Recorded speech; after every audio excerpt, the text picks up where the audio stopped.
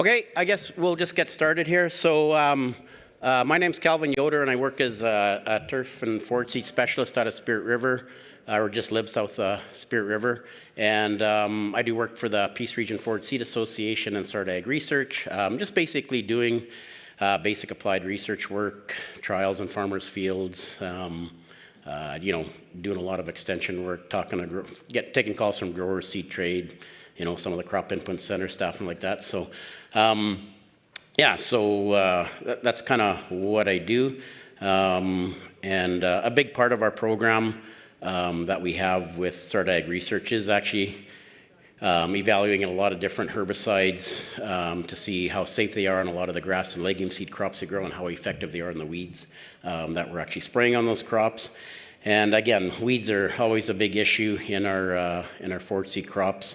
And just like Brianna was talking earlier, we're definitely running into more issues with weeds, especially when we're building up more resistance, stuff like that. So this afternoon, we're just going to take a little different approach. It's probably building a little bit on what Brianna said, was talking about just before us. On managing weeds in turf and forage seed crops. The discussion will probably be a little bit more on probably leaned a little bit more towards managing grassy weeds in grass seed crops. But again, some of the strategies we'll be talking about this afternoon could also be used for, in growing, managing weeds or preparing fields before seeding down legume crops like clovers and alfalfa. So anyways, we've been doing a lot of work. Again, a good chunk of our work that we do, and it's always going to be like that, doing a lot of work with testing herbicides on seedling and established turf and forage seed crops, managing weeds. But also I do think we have to start getting back to a little more of the basics again in terms of, especially down the road. Moving forward, doing a little more field prep, putting out plans, our annual cropping plans 4 or 5 years prior to seeding down a grass seed crop. We're going to hear from Ken Gagnon tomorrow afternoon. Ken, there's a lot of good grass seed growers up here. Ken's one of them, and I always remember him when he's planning to put in his grass seed crop. He's planning 4 or 5 years out in advance, figuring out what annual crop he's going to put in over those years, finishing up with some canola just before he direct seeds his grass seed crop the year after, getting in some pre-harvest glyphosate on those crops. And I think that's really, and again, a lot of people do this, but I do think it's just a really good example of things we've got to start looking at a little bit more and getting that land cleaned up before we seed down our grass seed crops. Oops. Yeah, and so again, probably more of the focus this afternoon will be on grassy weeds and grass crops. It's probably not that we don't have some issues with some other weeds in our alfalfa seed crops and clover seed crops, but predominantly it's probably one of the bigger issues we're struggling with in Western Canada and most of our grass seed crops. We're definitely seeing more, we're seeing a lot of group 1 and 2 resistant wild oats. It's not uncommon to have a lot of fields that have wild oats resistant to group 1s, and a lot of the herbicides that are safe on our grass seed crops are basically all group 1 herbicides. We're working on stuff, but we don't have any herbicides that are safe on our seed crops that would kind of even go after group 2 resistant wild oats. We've got now up in the Peace Country, we've identified foxtail barley that's resistant to quizlalofop. That's like Assure 2, Yuma, the products that we use on our creeping red fescue that we've relied on for years for suppressing quack, grass, wild oats, type of thing. And now we've definitely identified, I think, 7 or 8 fields up in the Peace region that have foxtail barley resistance to Assure 2, which is or quizlalofop, which is not good. We're seeing more annual bluegrass, not in every, we don't have it a lot yet, but it's popping up more and more, and it is a terrible weed to control in our grass seed crops to begin with. But even in annual crops, like we're going to talk about, using annual crops to clean up our grassy weeds before we go into the grass seed crop, but annual bluegrass is a tough one even in that scenario. And I even know there's some growers up in the Peace that don't grow grass seed crops and they have it in some of their land, and it's not good. And I was out in Winnipeg in January and talked to a couple of growers too that are kind of starting to deal with it in their perennial ryegrass, and it's Nicole. If you want to talk about annual ryegrass, talk to Nicole, because it's not a good one. And then there's other weeds, Japanese and downy brome. We don't have them in the Peace, but down more in southern, the southern part of Saskatchewan, probably Alberta. And then the weeds like quackgrass, slender wheatgrass, barnyard grass, and even some of the volunteer grasses we got to keep in mind. Forage grasses like bromes and timothy that might be volunteering in our stands. So those are the things we're kind of looking at trying to clean up before we actually seed our crops down. And again, we don't have that many.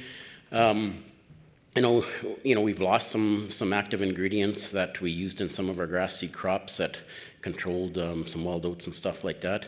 But there's not a lot of new actives that are coming out anymore that we can spray in crop on our stands. And most of them are all group one herbicides. So we're kind of in a bind on there. So and again, not that we're not doing any work. We're looking at testing a lot of these newer residual type herbicides for grassy weeds that you could use as a pre-seed before, say, seeding some cereals or pulse crops that are registered for that. And those are products like, Focus and Fierce, which has the active ingredient pyroxasulfone, and it's actually a very nice product and actually gets a lot of, and has some residual activity on a lot of those grassy weeds that we're after. But unfortunately, it's very species dependent. If you spray that stuff before you seed your grasses, you're going to you're basically not going to have any grass come up.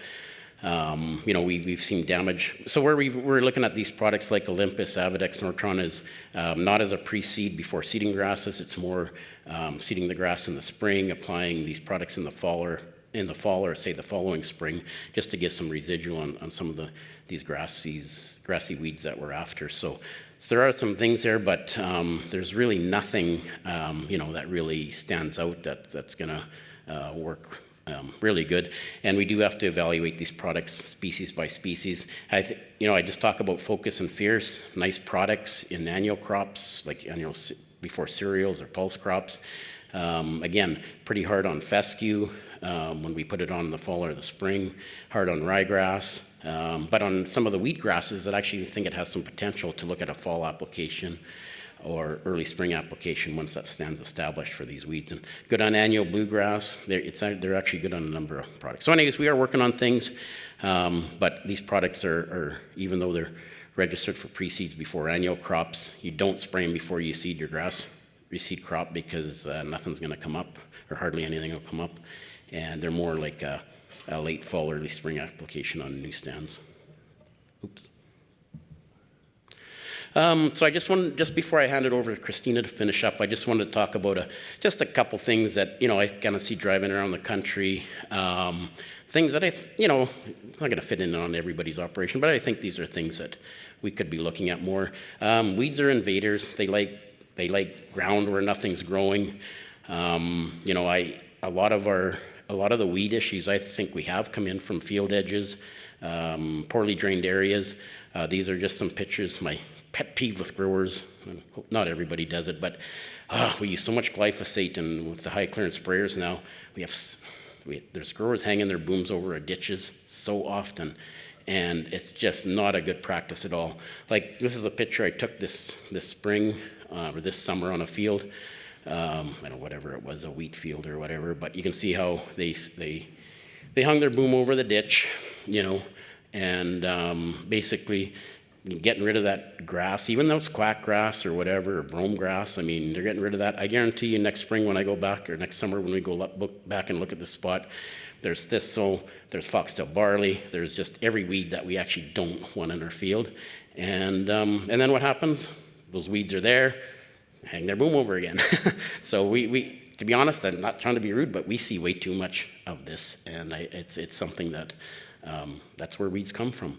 The other thing is there's a really good grower just south of Spirit River that grows some meadow brome grass. It's a big farmer, about 90 acres, and he seeded some sheep's fescue around the edge of his field. Whether it's an annual crop or when he's grown his meadow brome. And sheep's fescue is really it's about 10, 15 feet in from the edge of the field. It doesn't creep in like creeping red fescue. It's easy to maintain or mow. And leaving those types of field borders in, even 10 or 15 feet, I know farmers hate losing land, but putting in a field border with something like sheep's fescue, again, it's not gonna, you can't do it on a big level, but for some smaller growers that are specializing in grass seed, I think it's a really good thing to do. And it really does, the sprayers are spraying up to that border and of sheep's fescue, and I really do believe it helps to keep weeds from coming into our fields. Fixing poorly drained areas in some of our cropland. Brianna talked about kochia. This is a picture taken this summer. We've had kochia, we've seen it in waste areas, gravel pits, approaches, stuff like that. It has been up here. But this is the first summer where I've actually seen it encroaching into fields now up in the Peace Country. And right there is just a perfect example of a poorly drained area. And, there was, I think it was a truck pull out there. And, basically the kochia's moved into that small area of the field where the crop isn't growing. So fixing those types of things is a long ways to preventing weeds from growing our fields. And then the last thing too is just spraying field borders to suppress grassy weeds. I think this is a cool thing too. That picture on the right probably doesn't show up that well, but maybe using a grassy weed herbicide that's probably gonna hurt the crop you're growing. Like this was Timothy. I think we used some Assure 2 or Centurion that hurt the Timothy, but suppressed the brome grass and foxtail barley on the edge of the field, but didn't kill the Timothy, because the worst thing to do is to start spraying Roundup or glyphosate around the edge of the field, killing those, those grasses that are actually there, even if it's quackgrass, because you just don't want bare spots around the field where stuff isn't growing, because that's exactly where guaranteed thistles and even kochia and foxtail barley are going to move in. So. Again, once our crops are established, there's always room for some spot spraying. Even annual bluegrass, generally you're not going to probably find it across the field, but it is growing around approaches and stuff like that. And even though products like Fierce or Focus and Focus can be hard on, say, creeping red fescue, just spot spraying those areas. It's not going to kill the fescue, but maybe spot spraying those areas to manage that bluegrass is one way of looking. Quad sprayers.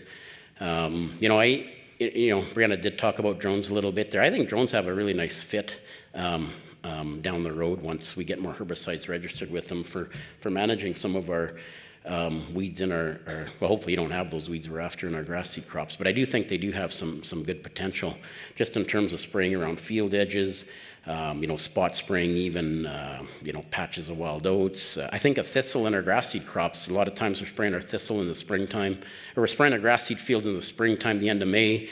We're using products that control Canada thistle quite well, but the timing's not there. A lot of these thistles actually don't come up in a grass seed crop till early June. We miss the boat with them. So being able to go back later and just spot spraying those patches of thistle with the drone with like some curtail M or something like that, I think are some neat strategies. And then lastly, even during establishment, maybe even during, mainly during establishment, I think there are, I do like, even though our fields get a little bit messy, I think it's always, for most species, always good to seed a grass seed crop by itself right into canola stubble. It always works well, it's very consistent, but it is tough to manage some of those weeds, and I think weed wipers, especially for managing wild oats or volunteer cereals in those scenarios, can be a really good thing where they're, the grasses are higher, the grassy weeds are higher than that seedling grass down there. And again, the picture on the top right was a field that was actually sprayed with Assure 2 for getting rid of wild oats, but you can see basically didn't get any of them because they were all resistant to Group 1 herbicides. So those are some strategies. And just to finish up before I introduce Christina, again, I think the take-home message, which I think, heard from Brianna, I'm sure Christina will talk at Nicole as well. We're always going to use in-crop herbicides on our grass seed crops. We're going to use herbicides to clean up our fields before we seed our grass seed crops. But, alone, I don't think they're not always going to solve these weed issues. It's going to start by planning a few years in advance, using the proper annual crops times herbicides to clean up fields. Some of these problem weeds that we're we're struggling with. Again, know what weeds will cause loss in grade. Again, avoid fields with high levels of problem weeds like wild oats, foxtail. Don't seed them there. If they're there, take a few years to clean them up. Seed alone without a cover crop. That's always a good, for most species anyways. Use high quality seed. And again, just going to kind of what Brienne said, you know, just using good practices to ensure we have good competitive stands when we're establishing them. We do have to rely on herbicides when we're establishing our grass seed crops, and we've got to use them, use the proper ones. You know, good fertility, row spacing, all those things can come into play when we're, when we're looking to managing some of these weeds. So